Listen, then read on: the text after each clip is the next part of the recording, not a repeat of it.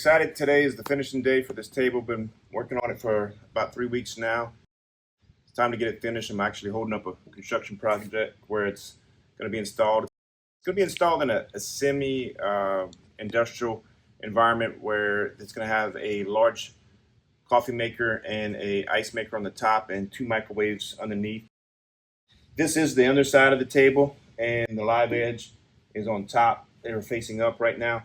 The reason I got it on its side like this is because I want to practice spraying the conversion varnish on top of this particular stain. I'm using Old Masters dark mahogany, and this is the first time I've used this combination, so I don't anticipate anything going wrong, but I don't want to take any chances. So we're going to spray the underneath first and make sure everything goes correct. And I'm using the Linmore Megavar conversion varnish.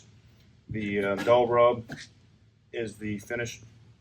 And if you come around this side, the customer wanted his logo on the side that's visible. This is a waterfall table, so the grain is continuous.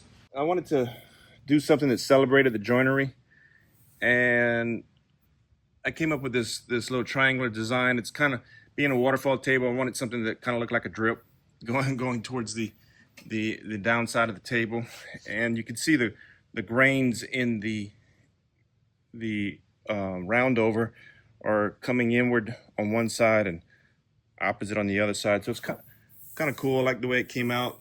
The joint up on top, or where the live edge joins up, came out really good. The lines are pretty consistent, so no complaints there. I look forward to seeing this thing with the final coat on it and assemble it and see it for the first time together.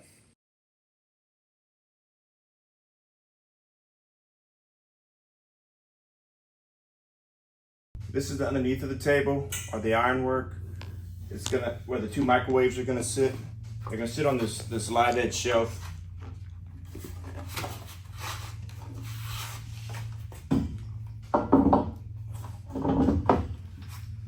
To finish off the legs, I used 2 different types of patinas.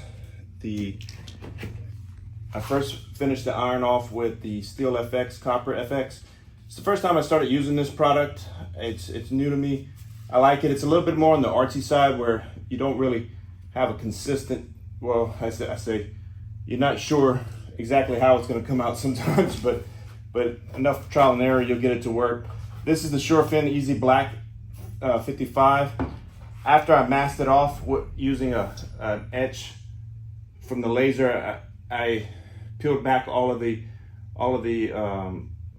black area and overpowered it with the Surefin Easy Black, and then removed the rest of it to reveal the leaves. The leaves are the same pattern that is used on the logo, just stretched out a little bit to accommodate the leg.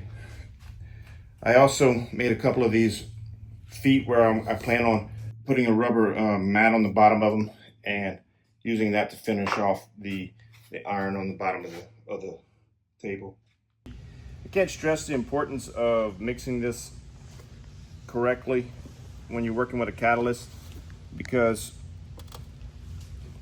a little dab of do you is really not the way to do it. I'm mixing 22 ounces today of fluid of varnish to only 20 milliliters of the catalyst is what the formula is calling for today. 22 ounces to 20 milliliters. I use a spreadsheet that keeps me in line when I enter the square footage of what I plan on spraying, and then it outputs the correct ratio. I found all this information online on the Linmore site, and then created my own spreadsheet to keep me in line.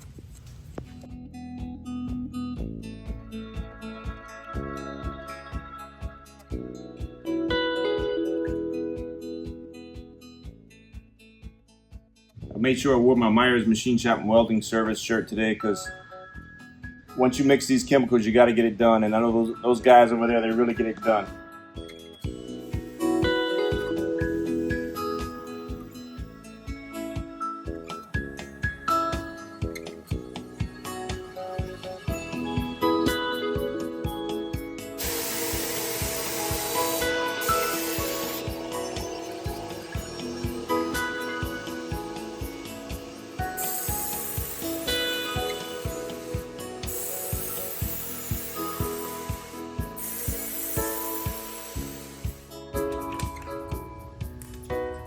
I'm using just weldwood contact cement. Put a little bit on each side, and I believe you let it sit for like 15 minutes. Yeah, just let it sit for 15 minutes, and as soon as the two contact, it'll be pretty permanent. The customer is actually on their way right now to pick this unit up, so I'm a little under the gun for time.